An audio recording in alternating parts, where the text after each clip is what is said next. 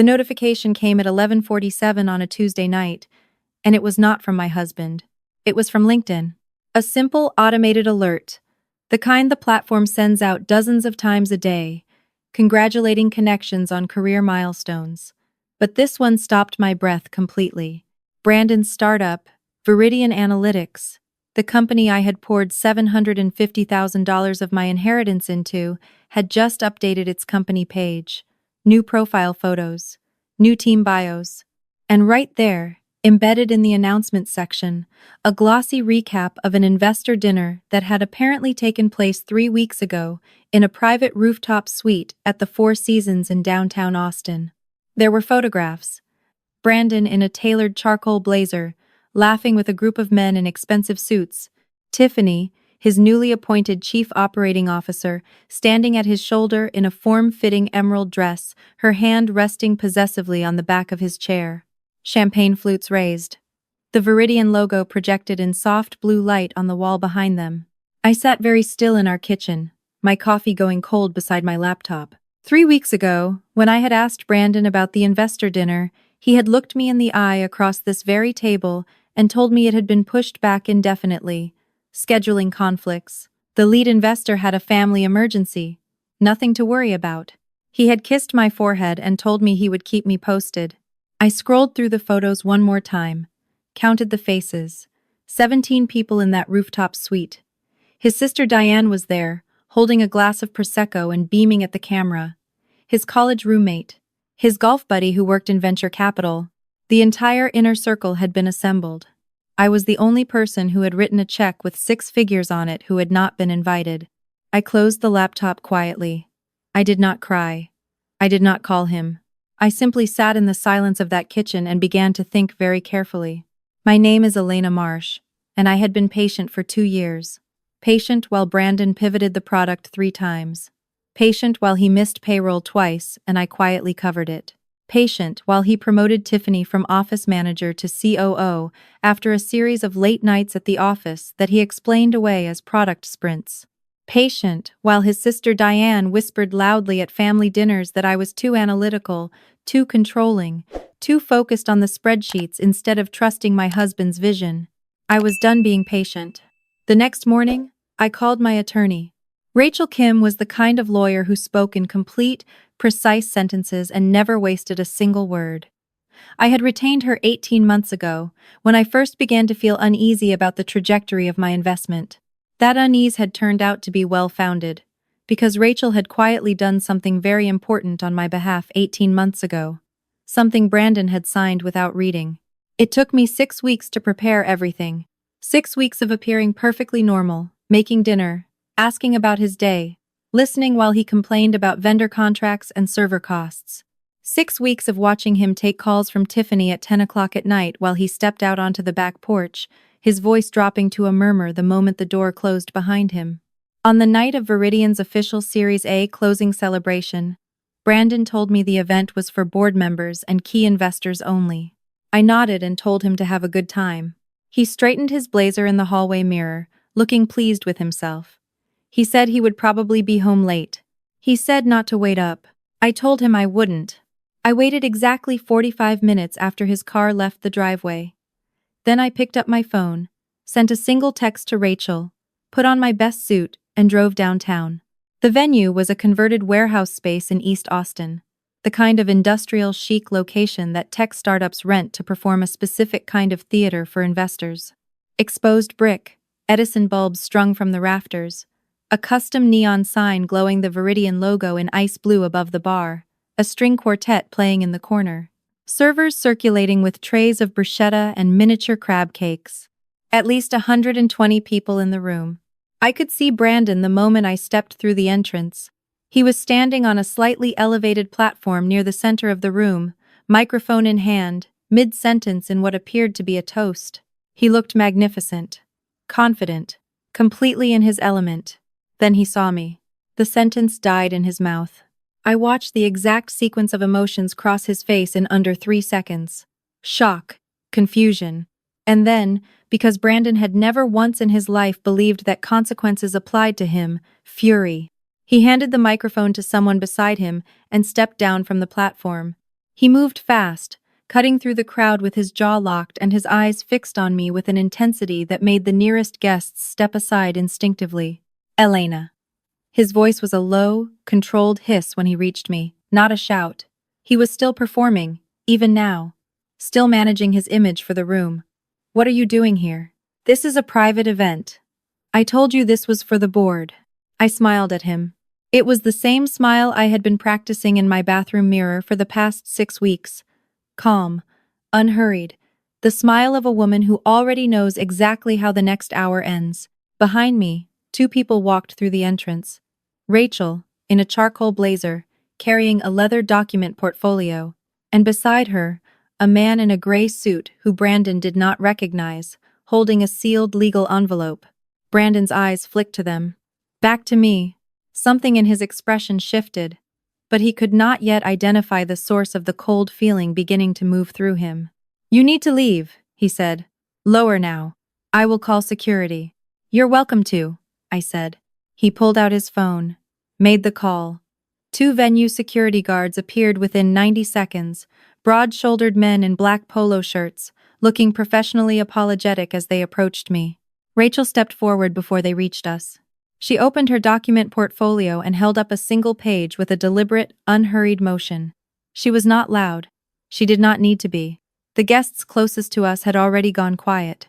My name is Rachel Kim. I represent Elena Marsh Solis. I need everyone within earshot to understand that my client is not trespassing. She is, in fact, a majority equity holder of Viridian Analytics LLC, and she is here in her legal capacity as such. She extended the document toward the security guards with the calm certainty of someone who had done this before. This is a certified copy of the equity conversion agreement, notarized and filed with the Secretary of State of Texas 14 months ago. If you remove her from this building, you will be removing the controlling shareholder from her own company. I would strongly encourage you to think about that before you put a hand on her. The security guards looked at the document, looked at each other, looked at Brandon. Brandon's face had gone a color I had never seen on him before. A kind of gray-white, like paper left out in the rain. The string quartet had stopped playing. What is she talking about? He said. His voice was different now. The management had cracked open. What equity conversion? What is she talking about, Diane? His sister materialized from somewhere in the crowd, her Prosecco still in hand, her face arranged in the particular expression she always wore when she needed to perform confidence she did not actually feel. Brandon, she said firmly, this is clearly some kind of stunt. Call your attorney. He already did, Rachel said pleasantly. We've been in contact with him for the past 4 days. I'm a little surprised he didn't mention it. The stunned silence that followed was the sound of an entire room recalibrating. I could feel the shift. The investors who had spent the past hour being charmed by Brandon's vision and his quarterly projections were suddenly very still, the way people go still when they realize the ground beneath them may not be as solid as it looked. Brandon turned to me. His voice dropped so low that only I could hear him. He was shaking. You cannot do this, he said. I built this company. I had the idea. I found the clients. I did the work. And I funded all of it, I said, keeping my voice equally quiet. $750,000, my inheritance, the money my grandmother left me. And when I came to you 14 months ago because I was worried about the burn rate, you handed me a set of documents to sign that would formalize my contribution as a secured investment. You were in a hurry that day, remember? You had a meeting. You initialed every page and told me to just match wherever your signature appeared. His breathing changed. The equity conversion clause was on page 7, I continued. It converted my loan into a 51% ownership stake in the event that the company reached Series A funding without completing repayment. Which it did, 3 weeks ago, at a dinner you held without me. He stared at me. I own this company, Brandon. I have owned it for the past 3 weeks, and you have been celebrating that fact in rooms I was not invited to. Something behind his eyes went very dark.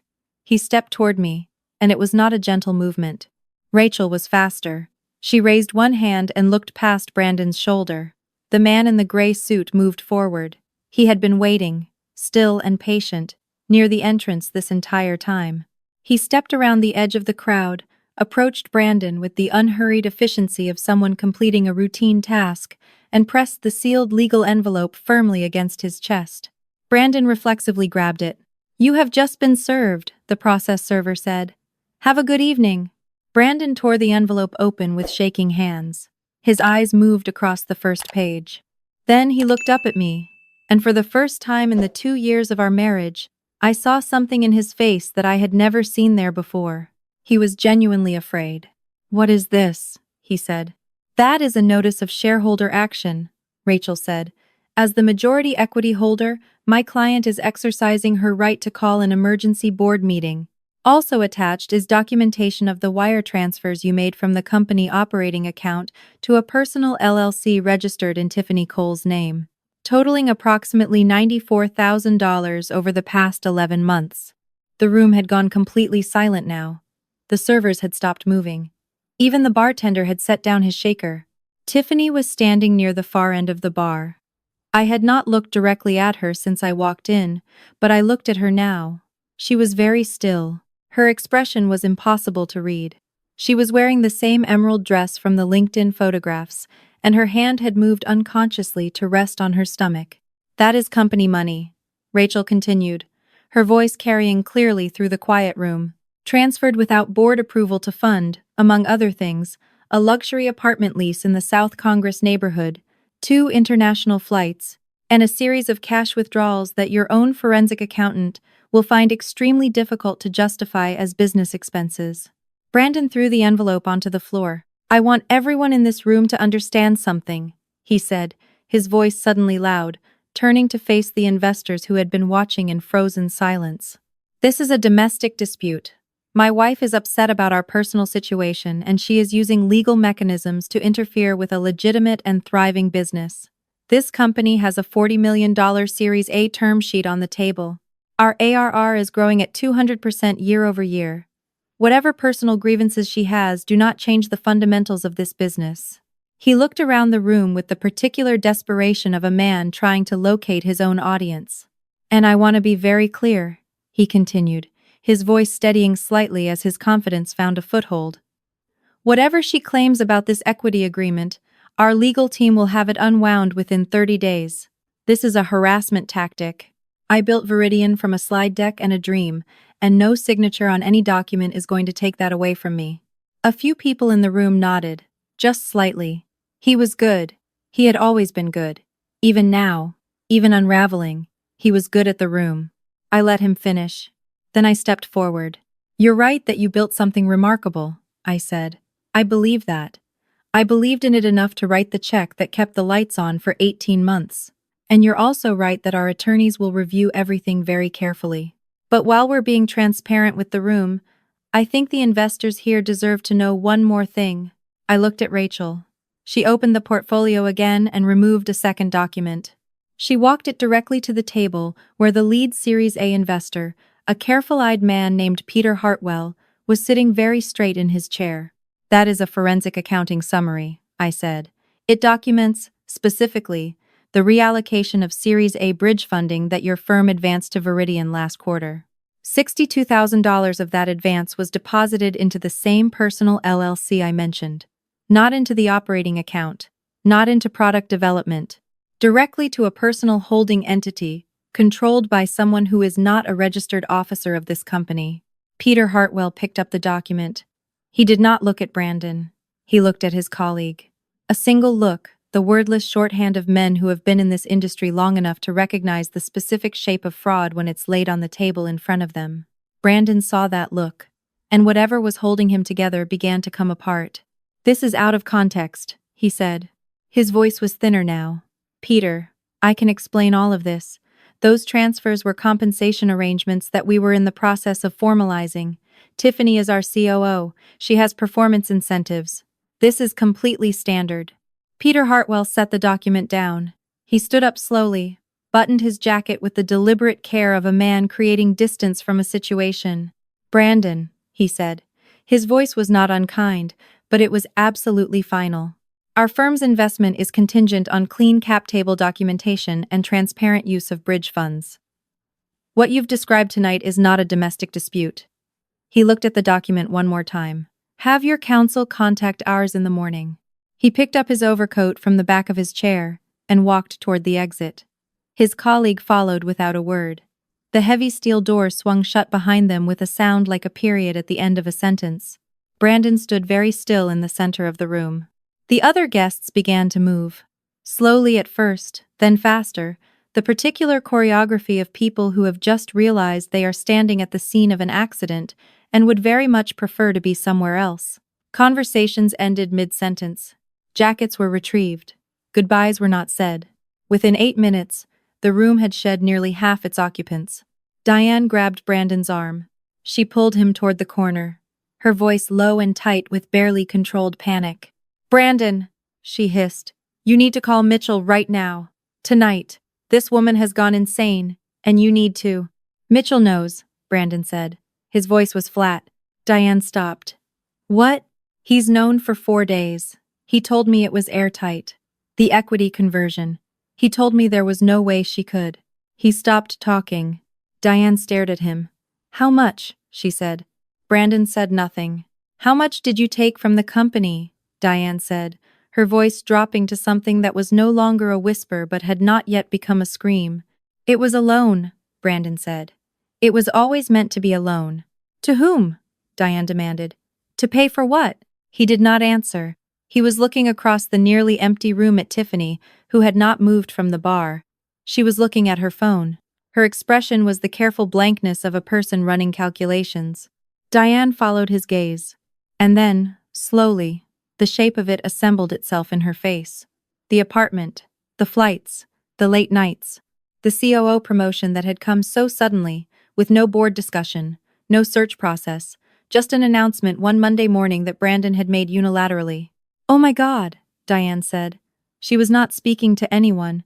She took a step backward, as if creating physical distance from him might protect her from the consequences of his choices. Brandon moved across the room toward Tiffany. I watched him go. I did not follow. He reached her and put his hand on her arm. She stepped back, just barely, the smallest possible withdrawal. "We need to talk," he said. "I heard about as much of that as I needed to," she said. She did not look up from her phone.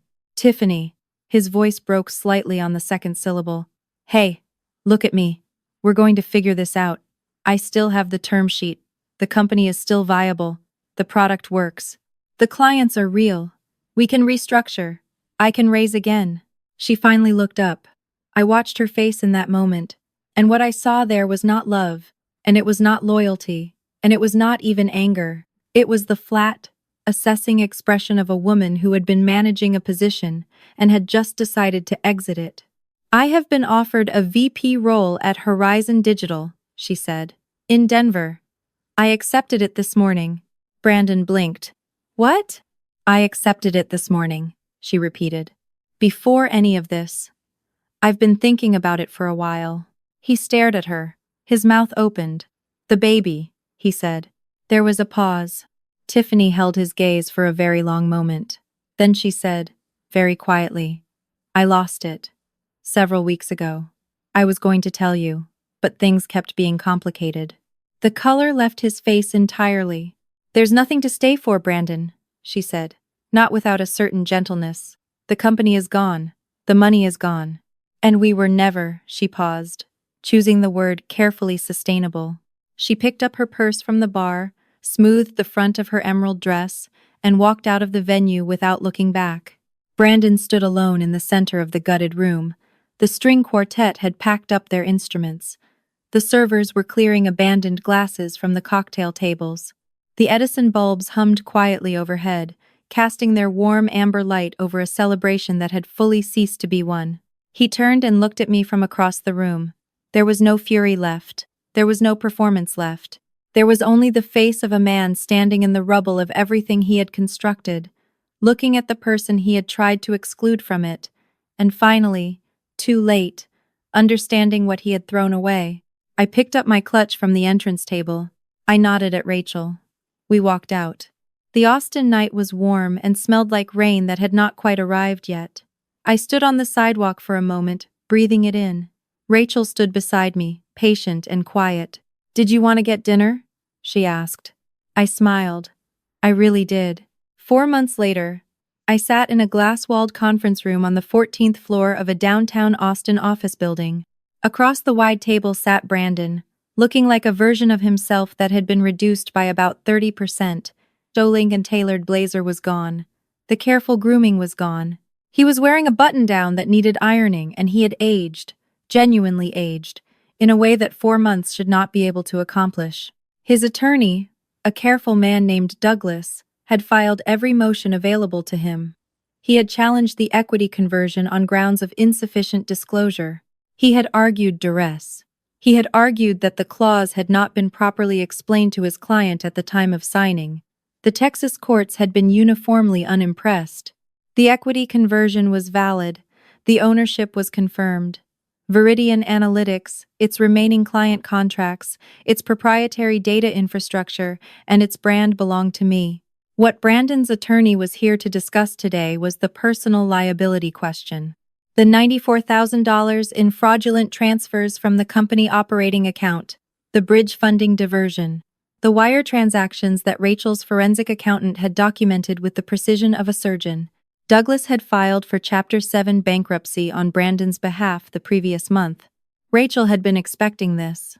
"Your Honor," she had said at the preliminary hearing, in the same unhurried voice she used for everything.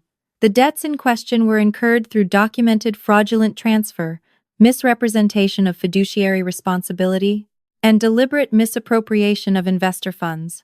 Under Section 523A2 and 523A4 of the United States Bankruptcy Code, debts obtained through fraud and defalcation while acting in a fiduciary capacity are explicitly non-dischargeable. We will be asking the court to confirm that Mr. Solis retains full personal liability. The judge had agreed. So now Brandon was sitting across this conference table from me, and his attorney was explaining, in careful, measured language, that the debt would not be going away. That as a licensed software architect with significant earning capacity, he would be subject to a structured repayment arrangement. That a percentage of his income, from any employer, would be automatically directed to my holding company on a monthly basis for the next 26 years. Brandon did not say anything for a long time after Douglas finished speaking. Then he looked at me directly. For the first time since the conference room had filled. "I just want to know one thing," he said. His voice was very quiet. The anger was gone from it. There was something almost like genuine curiosity remaining under all the wreckage. "Did you know?" he said. "When you funded the company, did you always plan this?" I thought about that question. I wanted to answer it honestly. "No," I said. "When I wrote that check, I wanted your company to succeed more than you did. I wanted to watch you build it. I was proud of you. I told everyone I knew about what you were creating and what it was going to become." He nodded slowly. He did not look away. "When did it change?" he asked. I thought about the LinkedIn notification. The rooftop photographs, his hand resting on Tiffany's chair. "When I realized that you had already decided I wasn't part of your future," I said. "You just forgot to tell me, and you forgot that my name was on the paperwork." He closed his eyes briefly, opened them. Douglas placed a hand briefly on Brandon's arm. He guided him gently but firmly back toward the business of the documents in front of them. The settlement terms, the repayment schedule, the signatures required. I watched Brandon sign each page. His hand was steady. Whatever he was feeling, he had control of his hands. When it was finished, I stood, gathered my things, and walked out of that conference room without looking back a second time. 14 months later, I stepped off the elevator onto the 5th floor of a glass office building 2 blocks from the University of Texas campus. The space had been completely reimagined since I had taken control of it. Viridian Analytics, as Brandon had built it, was gone. The brand, the aggressive sales-first culture, the org chart built around protecting one man's ego, all of it had been stripped down to the foundation. What I had built in its place was something I had been thinking about for a long time.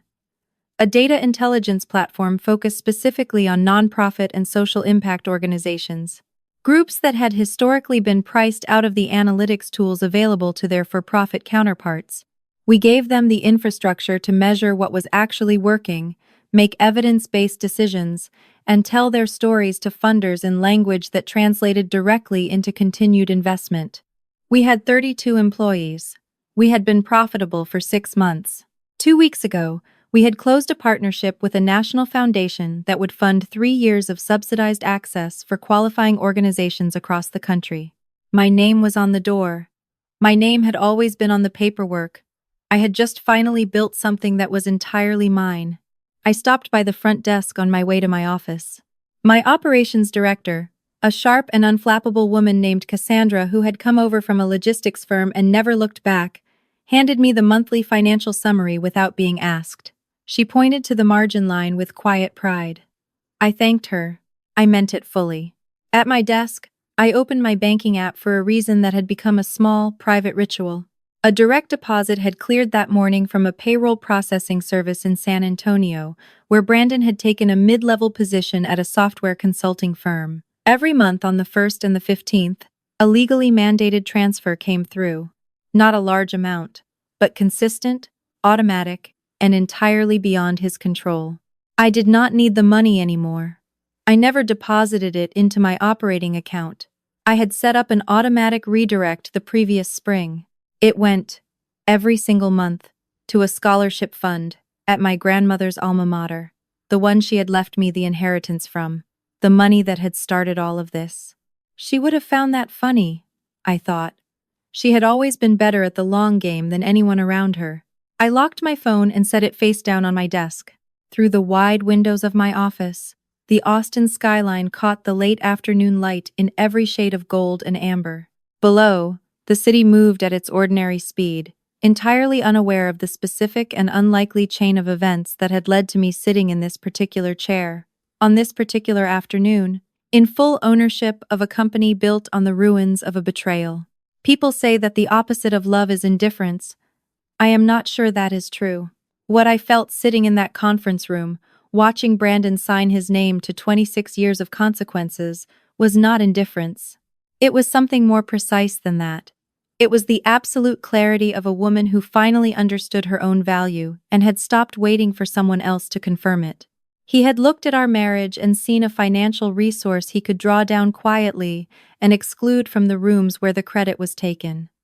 He had been wrong about what I was. More importantly, I had spent 2 years being wrong about it too, measuring my worth and how useful I could be to someone else's dream instead of building toward my own. The invitation to his clinic opening, or the lack of it, had been the thing that woke me up. The moment I realized I had been funding a table I was never going to be allowed to sit at. I bought the table. I bought the whole building. And when the people who had underestimated me were finally cold and locked outside of it, I opened the doors to everyone they had left out. There is a particular kind of financial literacy that no one teaches women directly. We are taught to be generous, to invest in the people we love, to trust that the returns will be relational rather than contractual. What I learned, at significant personal cost, is that love and legal documentation are not mutually exclusive. The contracts you sign, the equity you retain, the paper trail you maintain, these are not signs of distrust. They are signs of self-respect. You are allowed to fund someone's dream and still protect your own future. You are allowed to believe in a partnership and still read every page of every document before you sign it. You are allowed to be generous and strategic at the same time. No one gets to tell you that those two things are in conflict. If the table you have been building suddenly asks you to leave the room, do not beg to be let back in. Check the deed. You might already own the building. If this story made you feel something, share it with a woman who needs to hear it today. And if you are ready to stop funding rooms you are not invited to, subscribe to Mending Stories. We will be here every week.